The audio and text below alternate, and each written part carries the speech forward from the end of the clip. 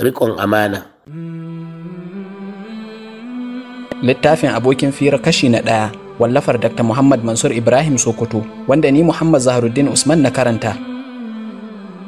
Labari na 15. Riƙon amana. A cikin kundin tarihin magabata mun samu labarin wani amintaccen marubuci da aka yi a ƙasar Andalusiya tun farkon ƙarni na 7 na hijira. A wancan lokaci rubuta littafi babbar sana'a ce wadda ake tutiya da ita.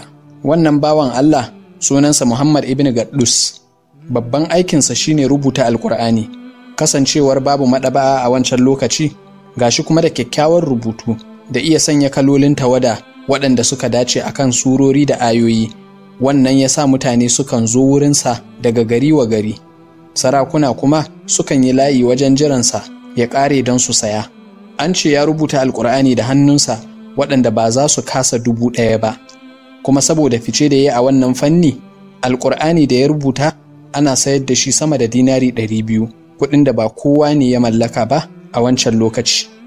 An hakaito cewa saboda tsare amanarsa, idan ya kammala rubuta Alƙur'ani sai ya karance shi tukuna don ya tabbatar babu wani kuskure a cikinsa, sannan ya sayar da shi. Wata rana ya kammala rubutawa kuma ya yi bitarsa kamar yadda ya saba, sai ya tarar da wani ɗigo guda ɗaya da ya tsallake bai rubuta shi ba. Amma sai ya yi jinkiri har ya manta, kuma aka yi sa'a wani mutum ya zo neman Alƙur'ani daga yankin yamma, sai ya saida masa da shi. Daga bisani ya tuna cewa ya manta wannan ɗigo bayan mutumin ya yi tafiyarsa. A nan ne fa ya shirya tafiya zuwa garin da wannan mutumin yake. Sai da ya kwana 40 akan hanya sannan ya isa. Da ya je ya neme shi, ya gyara masa rubutun Alƙur'aninsa ta hanyar sanya masa wannan ɗigo da ya manta, sannan ya dawowarsa.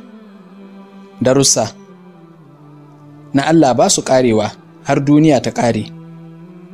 A da, mutane suna shan wuya kafin su yi ilimi fiye da yau, ga kuma hanyoyin sadarwa masu yawa da muke da su, domin idan yau ne ko dai ya hau mota cikin kwanaki 3 ya je ya dawo, ko ya buga masa waya kawai ya ce ka rubuta ɗigo a wuri kaza. Kai, a yau ma ko kuskure ba a samu, saboda kwafi guda ne ake gyarawa sai maɗaba'a ta buga miliyoyi irinsa.